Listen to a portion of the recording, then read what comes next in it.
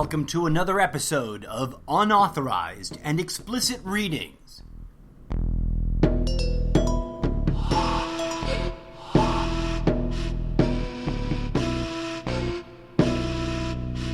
I am your humble host, the incorrigible Mr. Zeppo.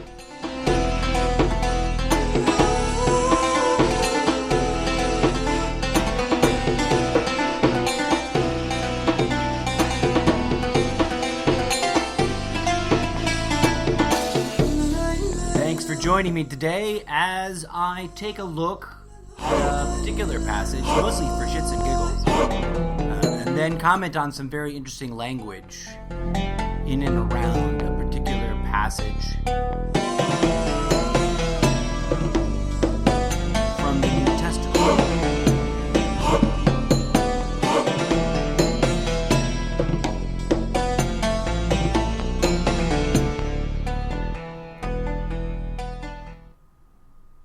As always, the music notes are on my profile for each show. All the music used on any of my podcasts is available at freemusicarchive.org. A great selection of music that, with different licenses for use in different ways, worthy of being looked at. All right. So, today we are going to look at a particular passage that I've been sort of looking at and contemplating and trying to let inspiration come on what to comment on. I found some interesting things that I knew were there. I'd read them before. I've read the Bible several times, but I obviously didn't have it on the surface of the mind. This was all triggered by the fact that someone in some comment thread somewhere threw out John 4:20 on some social media. Don't remember where. This is from at least a week ago. I've been sitting on this for about a week already. And I've been, just kind of trying to develop it in my head, and it's been slow going. But here we are nonetheless. Reading from the King James Version of the Bible, first book of John, chapter 4, verse 20. If a man say, I love God, and he hateth his brother, he is a liar. For he that loveth not his brother whom he hath seen, how can he love God whom he hath not seen? First, I want to admit that my curiosity was engaged because obviously 420 sticks out as a number. And there is some interesting sidebar. I'll probably do another episode of it sometime. There is an interesting sort of conspicuous bits of evidence that indicate that cannabis and other plants may have been really important to either the ancient Jews or other, tribes of people in the era, during the eras that the Bible describes or is attributed to describing. Let us remember, I'm not here to Bible thump like a blind faith Bible thumper. I'm not a participant in any Christian church. And let us remember that the Bible was itself written many hundreds of years after the fact in all cases. The New Testament was not written down by any of the 12 apostles. It was written down by other people. Many, like the earliest that things historically are noted to have possibly been written down is like between 60 and 80 years after he died. That's the earliest. So imagine that if someone were to write your biography, but they're going to wait 60 years, which is almost an entire lifetime, or 3 generations worth of people growing up and getting jaded and not remembering you, before they wrote your bibliography or your biography. Okay? And I'm not here to argue the sanctity or the specialness or the authority or genuineness or corruption level of the Bible. I'm here to assure you that to the best of my research that I've done, there is a horrible grab bag mix of bullshit and truth in the books found in the Bible, both Old Testament and New Testament, and that there's a logical way of trying to determine which one's which. And I'm going to read to you some of the things I found in this particular chapter as example. But let's stay focused here on the meat of John 4:20. By the way, out of curiosity, I also Googled Luke 4:20, Mark 4:20, and Matthew 4:20. I don't think I'll get into them today, but tabs are open.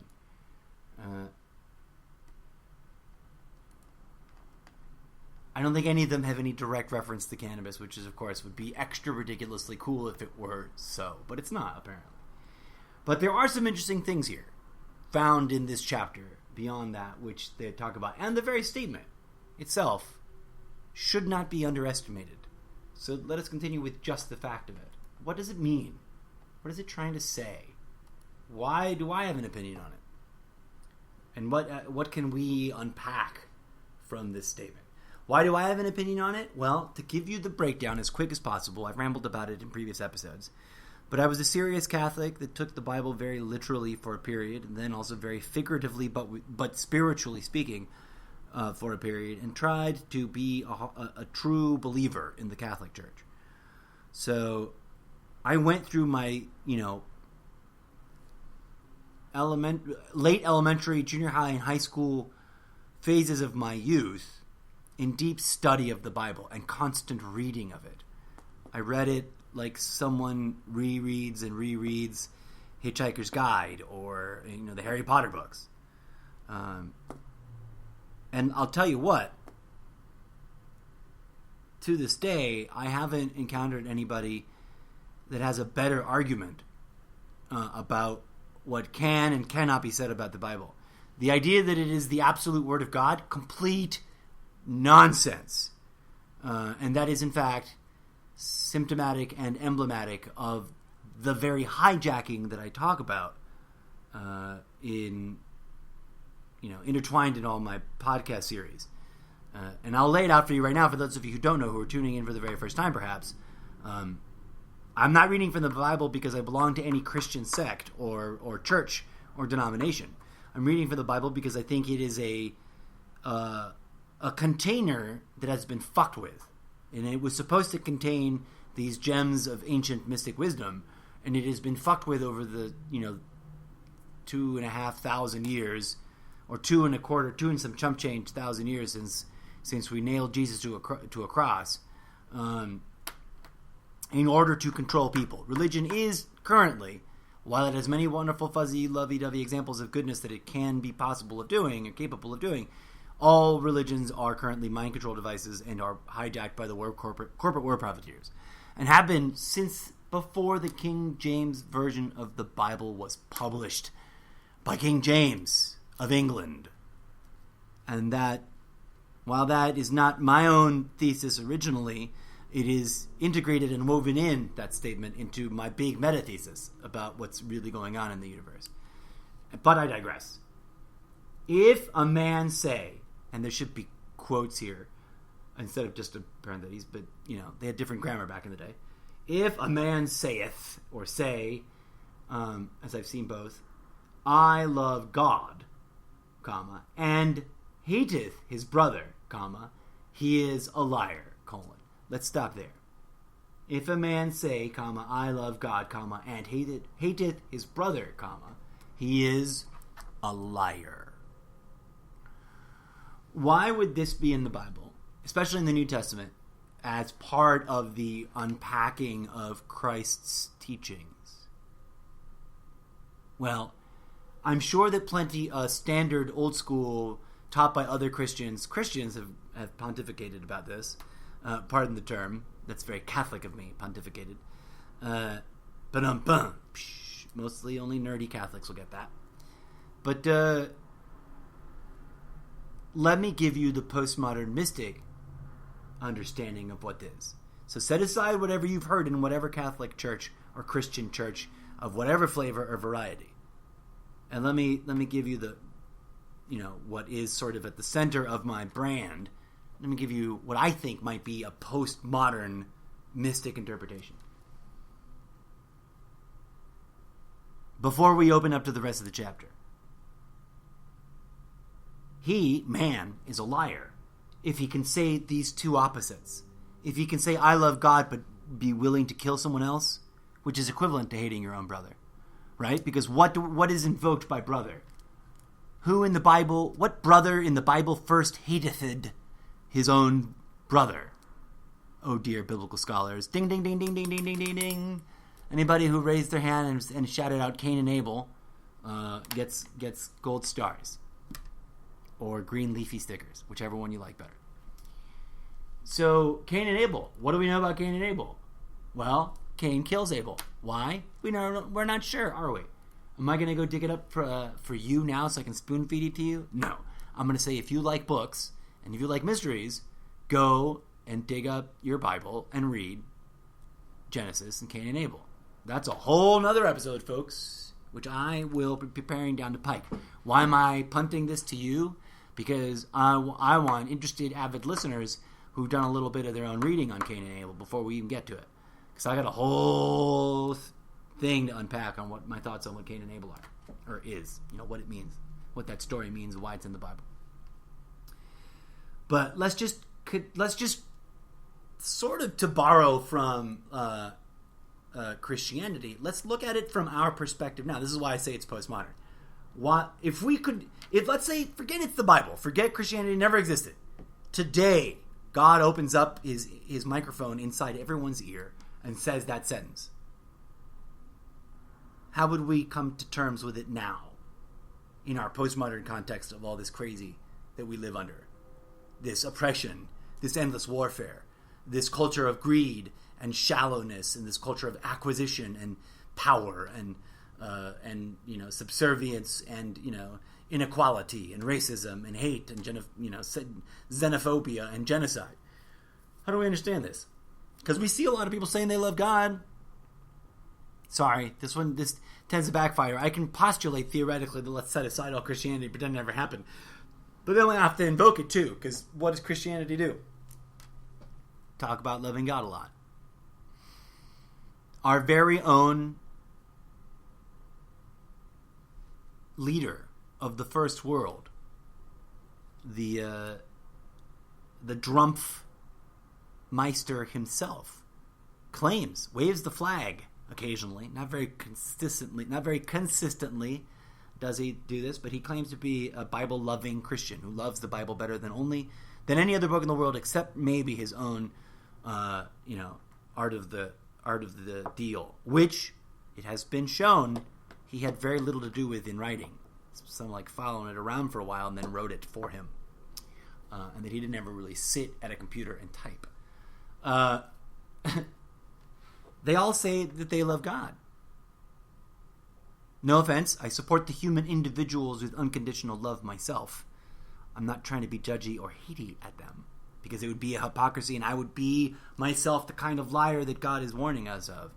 To judge and hate my brothers who fail to pass this test is to be itself a failure of myself, this avatar self, a failure of that test. But what does it mean? What does God mean? How can... Well, isn't it obvious?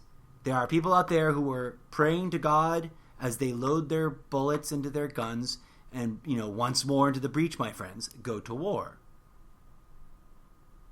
History is littered with it. We make heroes and idols out of religious warfare icons. I mean, what else? How else can you fairly describe, the Knights of, the Knights Templar, or what's her name? The lady who had, was crazy, the French lady that, God told to go fight these battles and save France. She's a national hero because she rescued France from oppression, sure. But she also sort of sociopathically waged war in a way that was unnecessary and brutal and violent. And in the name of God. God says, if you hateth your brother, which every person is, no matter what country they come from, they are your brother. That's a genetic truth. And wouldn't God know the genetic truth? Didn't God itself personally oversee the design of the human genome, which is 99.9% identical in all human individuals? If you hate your brother, literally, figuratively, violently, to the point of death, and your brother is anyone. For God does not God himself say somewhere in the Bible, look unto the least of your brethren, and you shall see me. Right?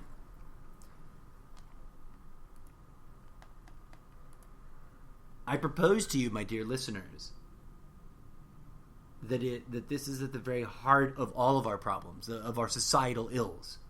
Because God is not, as I've said before, some externalized, personified character that resides in some special place from which you have been isolated from. God is rather that which is all things.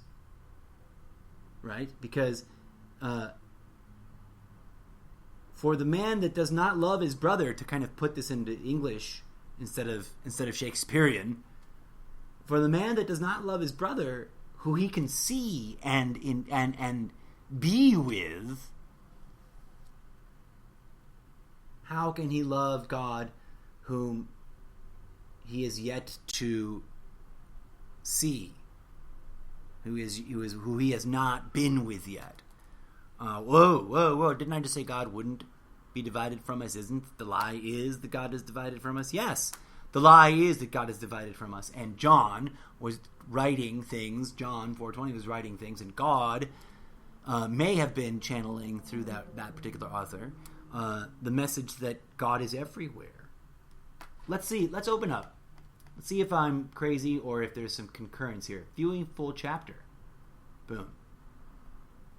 Now, what I'm going to say to you, my friends, is that this chapter is going to be a very cleverly mixed bit of bullshit and ancient mystic truth, which was carried forth through endless generations and endless varieties of oral tradition down to the time when it was written. And after the time it was written, it has then since then been edited over and over and over again. Thus, we have this mix, this strange, disproportionate mix of man's egotism encroaching on the ancient wisdom that was being transmitted, and gems that somehow managed to survive the mutilation of the text, and they're still there to be rediscovered and engaged with at a spiritual and energetic way. And that I think I've explained in other episodes of different shows, segments, and that I will at some point explain again here in this show segment, or this segment show, however you want to look at it, the ways in which you can, for yourself, verify the truthiness or the truthality of my claim here, or the measurement that I'm trying to provide for you. But for now, let's look at actual examples and discuss. Let's not pre-decide, right? John 4, King James Version. Beloved. It opens with beloved, addressing you, the reader. Beloved, one which I love. Believe not every spirit, but try the spirits whether they are of God, because many false prophets are gone out into the world. True. Is that not always true? Was that not true in Christ's living time? Did not Christ speak at synagogues and argue against the Pharisees and the way in which they were interpreting their ancient sacred script and text? I believe that is true, and that is something that is often lost or obfuscated. Jesus was a rebel in his own time. I know that there's a strong movement that's out to prove that Jesus didn't exist. I say to you that it's a mix of both. There was a guy. His name probably was not Jesus Christ, because that's not how names worked back in the day. Christos is a label and an archetype that transcends and existed before and beyond most of the postmodern brands of quote-unquote Christianity as they are known today. So that's really important to understand if we're going to go beyond studying the garbage in, garbage out regurgitation. No offense, my friends who belong to churches, but that's what it is. If you're in a church and you're studying under the guidance of a church that has a brand name and a label and and a budget and a $1 million stadium, then you're getting garbage in, garbage out conditioning, because all of the branded religions have been hijacked for the purpose of preventing you from realizing the truth that is captured within the books.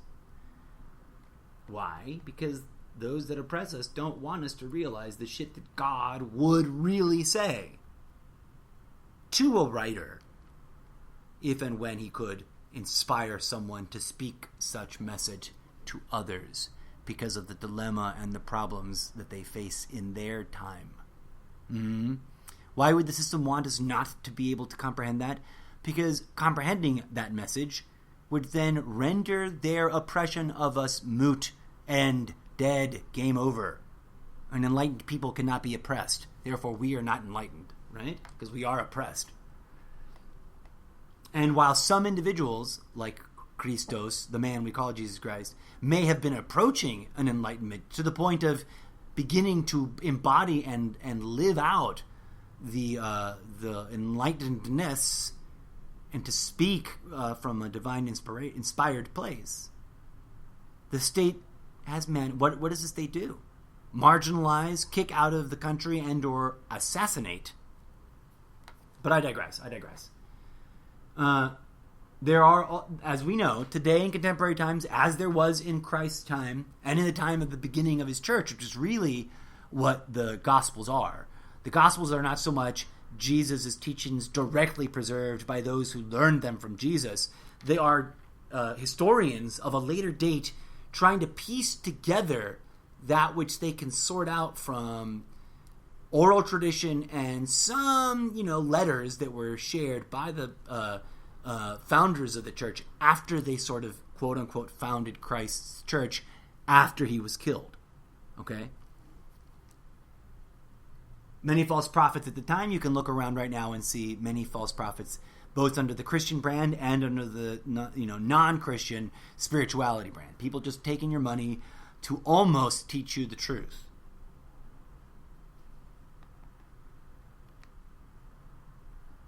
Hereby know ye the Spirit of God. Every spirit that confesseth that Jesus Christ is come in the flesh is that Jesus Christ is come in the flesh is of God.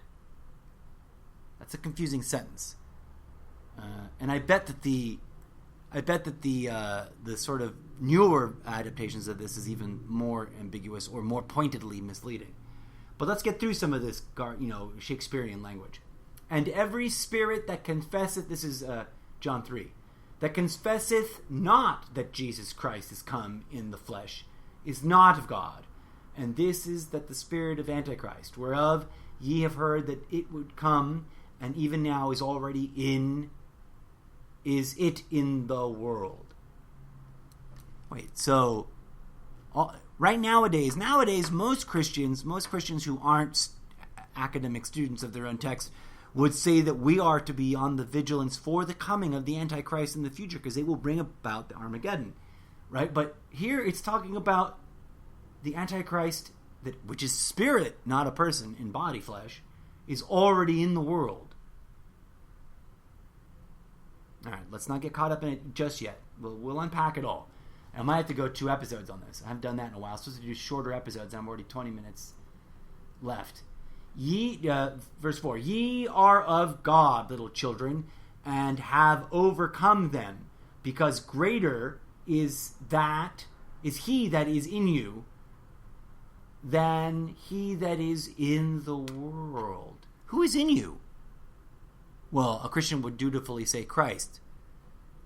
And then we think about the guy that we murdered. But the guy that we murdered has a completely interesting, different thing to say. Remember, the guy that we murdered, the guy that we strung up on a cross, nailed up to a cross, literally, said, what you do unto the least of your brothers and sisters, your brethren, other human beings, you do to me. You should look into each other's eyes and see my eyes. He also said somewhere in Mark, I believe, and these are all things that I love so much. I can recite them by rote, but I didn't bother to memorize their bookmarky, their chapter and verse. Forgive me. I'm a horrible Bible thumper, but I'm not a Bible thumper, right? Jesus also said about sight. Remember in the beginning at John 4:20 that we're going to hopefully get to in at least 2 episodes of this. He talks about his brother that which he has seen. What does Jesus say about sight? He says something really interesting. Wow, what does he say about sight? I've already quoted 2 things that he says about sight. Here's a third one that he says about sight. Thine body be an eye. If thine eye be singular, thy body be made of light. All right, but I'm not done yet. I'm trying to expound on some stuff. Because greater is he that is in you than he that is in the world. That reminds me of Jung. He who looks outside dreams, he who looks inside awakens. But that's a stretch, right? Okay, moving on. 5. They are of the world, therefore speak they of the world, and the world heareth them. We are of God. He that knoweth God heareth us. He that is not of God heareth not us. Hereby know we the spirit of truth and the spirit of error. These are different spirits. Or energy. What was spirit? What was spirit as it is defined now by most churches as kind of like Holy Ghost, an image of some aspect of the Holy Trinity. But of course there's all kinds of controversial debate about that. And Christians fight amongst Christians about interpretation. But let me tell you what the ancient mystics said spirit was. Energy. Duh. Because they understood that everything was energy. Okay. Beloved, let us love one another. And here we're going to get to some hardcore shit that even Christians forget really hard, really easy, really fast. As you can see when Christians get angry and start protesting things out of hatred. This is John 7. Beloved, let us love one another, for love is God. Love is of God. And every one that loveth is born of God, and knoweth God. 8. He that loveth not knoweth not God. For God is love.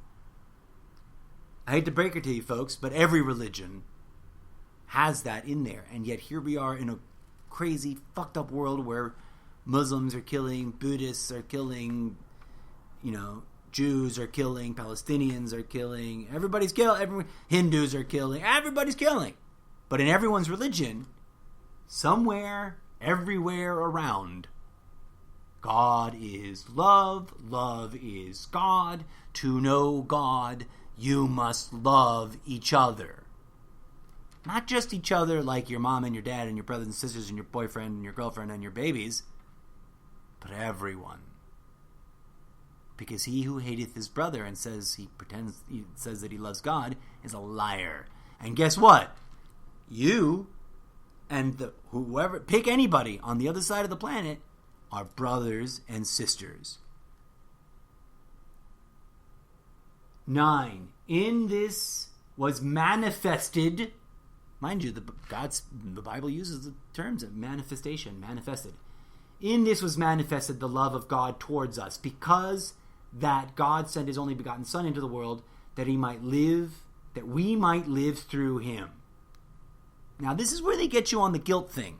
And I propose that structures like these can be vetted out to be misleading at best, the way Politico or PolitiFact or one of those supposedly, I hope I haven't run out of time yet. Oh, no, I still got 15 minutes. Good.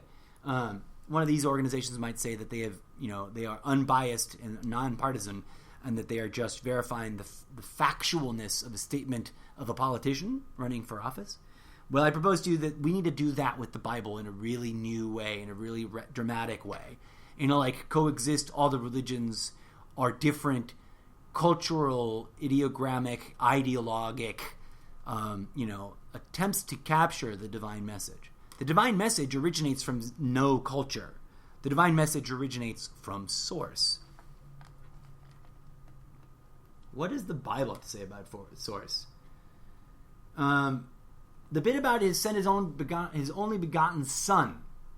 Now, there's a lot of ways to interpret that, and I would argue that any of the ones that are trying to hook you into guilt, feeling bad, and and connecting to original sin, those are being misused and are themselves misinterpretations or misconstruences. Beloved, if God so loved us, we ought also to love one another. That's the true. No man hath seen God at any time. If we love one another, God dwelleth in us, and his love is perfected in us. Now, isn't it interesting how many preachers and false prophets claim to speak to, have heard from, or seen God? But in the Bible, it says no man has seen God. But when we love each other, God dwells within us. What does that remind you of? The Golden Rule. Where does the Golden Rule come from? Everyone's religion from around the world has an expression of the Golden Rule. Do unto others as you would like to have done unto you. Love others as you would have loved yourself. Hereby know we that we dwell in him and he in us, because he hath given us of his Spirit. All right. What's a postmodern interpretation of that? God manifests this body. God puppeteers this body, and in us is active, the most powerful, and dwells, as in resides, as in occupies, as in utilizes or motivates us if we love one another.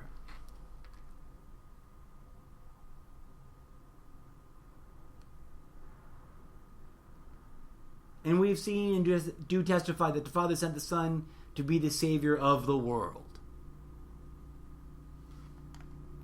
Now, that one gets into like ego trap realm, in my opinion, in my analysis, in my many years of reviewing this kind of language in all the books.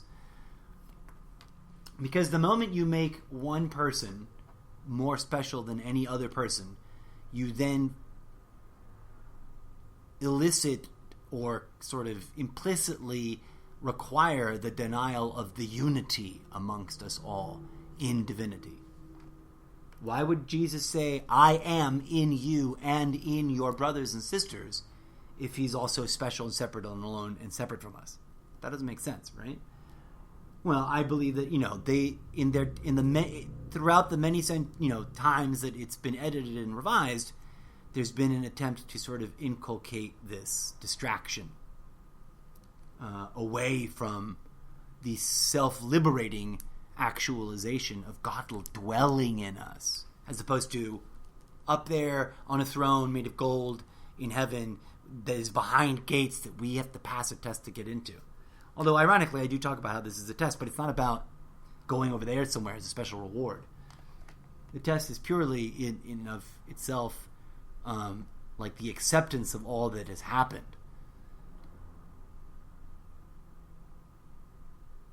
Whosoever shall confess that Jesus is the Son of God, God dwelleth in him and he in God. And if Jesus is the Son of God, maybe it does not mean uniquely special and lordly above us, all human beings. Maybe it means, as I think Christ's own words tries to indicate to us, a manifestation of our highest potentiality in allowing God to dwell within us as body avatars. Herein, or within, is our love made perfect, that we may have boldness in the day of judgment. Because as he is, so are we in this world. Now, the day of judgment and all that gets really abused and brutal. It becomes a fear-mongering tactic. I propose to you, my friends, that that's part of all of this corruption that I'm addressing or discussing. Of course, that one statement alone doesn't go very far to prove it, but a pattern that gets connected throughout eventually does. And that's that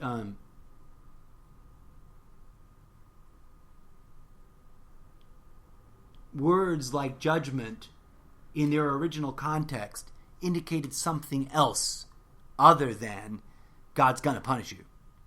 And then they were slowly reduced and sort of transmuted into that over generation of changing.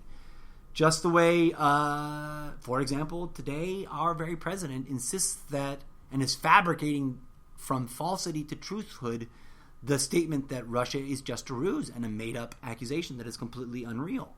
Whatever he means, it's becoming believed because he keeps repeating it. And we have known and believed the love that God hath to us. Now, see, it's important to note that in ye olde ancient times, before this was written, when Jesus was walking around talking and speaking, believe and to believe someone and to say I have believed was a lot closer in meaning to beloved, with which this this word used earlier in this chapter. I think the chapter opens with it. Beloved and believed meant much more similar things having to do with the expression of love. Now today we are told that we need to believe. That means accept the ideological construct of and imbue it with our belief, trust, or energy or power. Because as he is, so are we in this world. That's complicated, but I think that it connects to things that indicate that we can all achieve manifesting the Christos, the grace of Christos, as whoever his name was did. When he stood up and said, hey, yo, folks, I think we got to kick out the moneylenders and the borrowers because all that false debt slavery is bullshit, because that's not what the universe is about. I got 7 minutes left. Let me get to the really interesting part. There is no fear in love, but perfect love casteth out fear, because fear hath torment.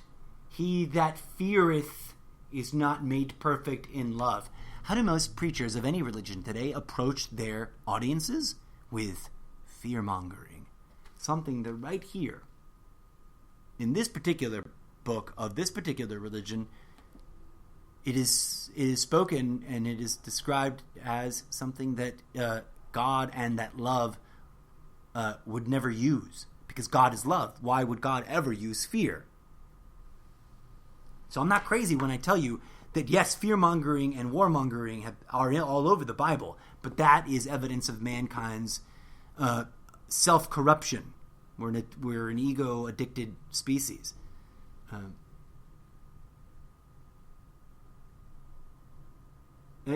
19, we love him because he first loved us. There's the little bit of that, trying to make it so that God is better than us. But it comes back, though. If a man say, I love God, here's John 4, verse 20. If a man say, I love God, and hateth his brother, he is a liar. For he that loveth not his brother, whom he hath seen, how can he love God, whom he hath not seen? And this commandment we have from him, that he who loveth God, love his brother also.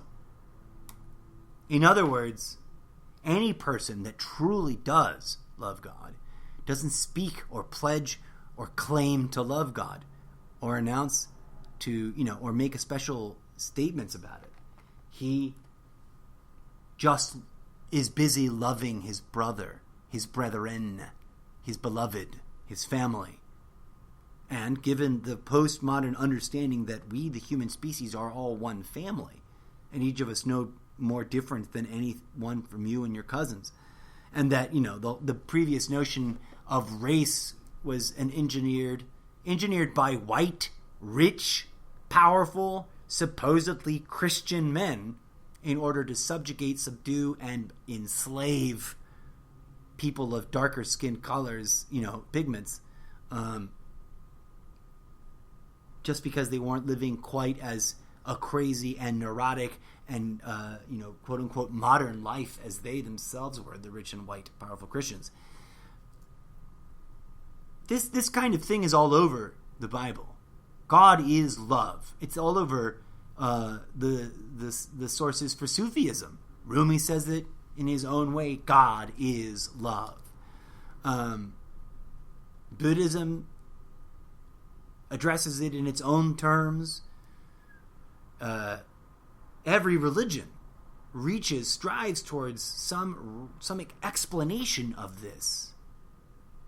It is not some crazy, insane, new age, postmodern, hippy dippy, crazy thing. It's arguably the truth.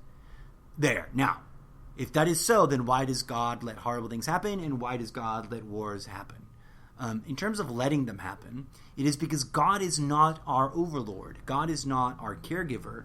God is not our slave master. God is not our emperor. God is not... Those are all fallacies, corruptions, ideological intrusions into the attempt to capture these ancient wisdoms into organized, words and to share them in the future.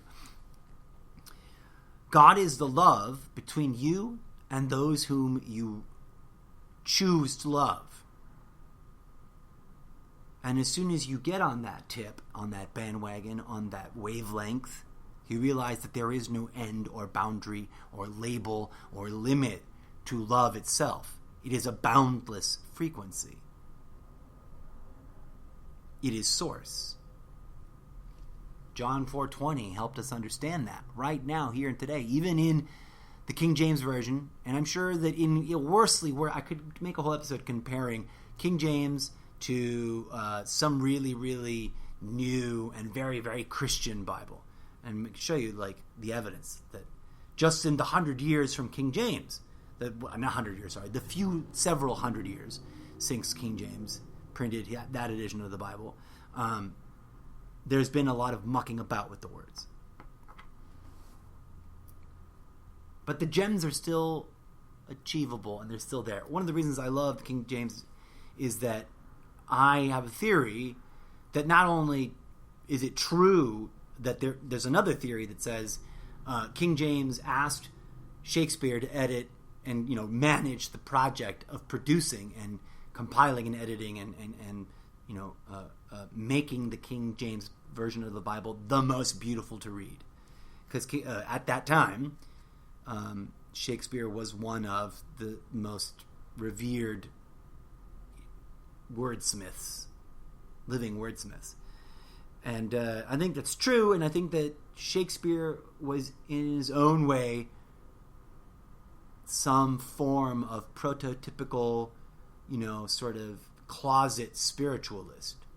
Because many things that he went out of his way to make sure remained strong and vivid in the King James Version of the Bible, the strongest of which is love. And the very Rumi-esque, the way Rumi himself in his era addressed the relationship between man and God as love letters or love poems between a man and a future wife, like a fiance. I think Shakespeare did the same in many ways in his sonnets in Psalms, etc. And there's all the not enough time. Got to run, folks. Thanks for listening. I will be back talking about some of those other passages.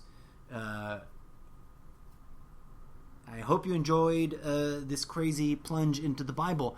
Brace yourselves. We're going to go into other books in future episodes of all kinds, of various ilks.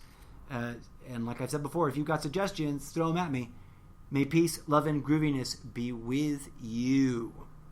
And remember, we are here to forgive and empower and heal each other, not fight over which religion is the most righteous. So abandon all the religions, folks, and get busy loving. Peace.